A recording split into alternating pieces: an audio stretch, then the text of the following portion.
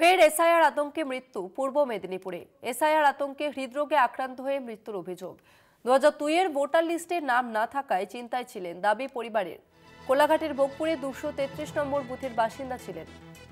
ফের এসআইআর আতঙ্কে মৃত্যু পূর্ব মেদিনীপুরে। এসআইআর আতঙ্কে হৃদরোগে আক্রান্ত হয়ে মৃত্যুর অভিযোগ। 2002 এর ভোটার লিস্টে নাম না থাকায় চিন্তায় ছিলেন, এমনটাই দাবি পরিবারের। কোলাঘাটের ভোগপুরে 233 নম্বর বুথের বাসিন্দা ছিলেন ওই ব্যক্তি। ফের এসআইআর আতঙ্কে মৃত্যুর ঘটনা পূর্ব মেদিনীপুরে। এসআইআর আতঙ্কে হৃদরোগে আক্রান্ত হয়ে মৃত্যুর অভিযোগ।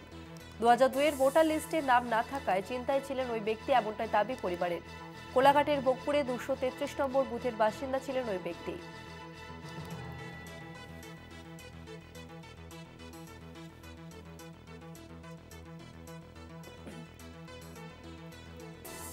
আমরা কথা বলবো, আমাদের সঙ্গে ফোন লাইনে রয়েছে প্রতিনিধি সৌম্যজিৎ। সৌম্যজিৎ, ফের এসআইআর আতঙ্কে মৃত্যুর অভিযোগ সামনে আসছে পূর্ব মেদিনীপুরে, কি জানতে পারছো?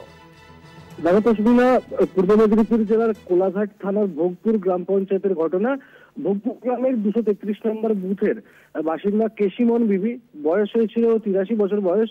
কয়েকদিন ধরে তিনি প্রচন্ড আতঙ্কিত ছিলেন, চিন্তিত ছিলেন, কেননা 2002 সালের ভোটার লিস্টে তার নাম ছিল না। অথচ তার কাছে ভোটার কার্ড, আধার কার্ড, প্যান কার্ড সমস্ত রকম ডকুমেন্টসই ছিল, কিন্তু 2002 সালের ভোটার লিস্টে নাম না থাকে তিনি বেশ কয়েকদিন ধরে প্রচন্ড আতঙ্কিত ছিলেন, দৌড়াদৌড়ি করছিলেন এর কাছে, কেননা 2002 সালের ভোটার লিস্টে তার নাম কেন নেই সেই কথা জানার জন্য।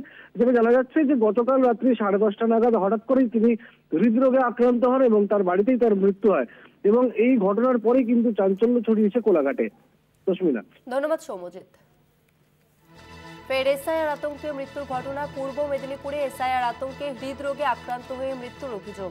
2002 এর ভোটার লিস্টে নাম না থাকায় চিন্তায় ছিল ওই ব্যক্তি, এমনটাই দাবি পরিবারের। কোলাঘাটের ভোগপুরে 233 নম্বর বুথের বাসিন্দা ছিলেন ওই ব্যক্তি।